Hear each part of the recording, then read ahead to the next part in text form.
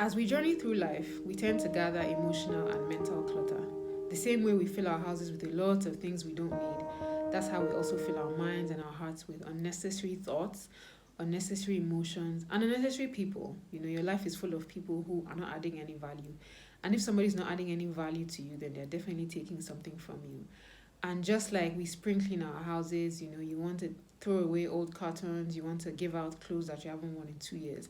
It's also necessary to once in a while just take stock and spring clean your life by cleaning your mind, cleaning your heart of, old wounds, of just old thoughts, on thoughts that are not useful to you anymore, beliefs that are not useful to anyone, mindsets that you should dump if you want to have a better life.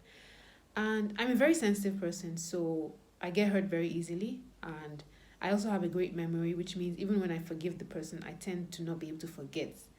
I remember when I was in secondary school and a senior offended me.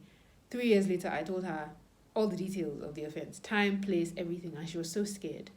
And she immediately asked me for forgiveness. But, I know it's not a good way to live because not everybody's going to ask you for forgiveness. Some people will hurt you and not even know.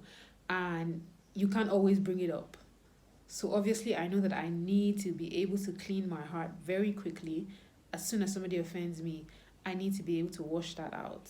And yet, despite knowing all this, recently I just found myself going over an old hurt and it just felt so fresh and it was so painful.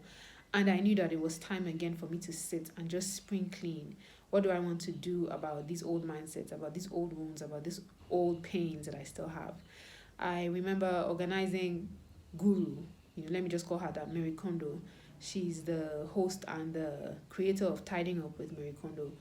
And she basically says that when you look through your house at your clothes and all your possessions, you should only keep things that spark joy, the things that make you happy, the clothes that you always want to wear, the books that you always want to read. Just keep things that are meaningful, that you feel something about.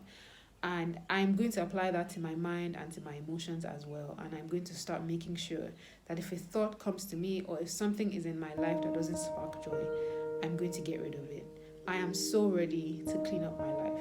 What about you?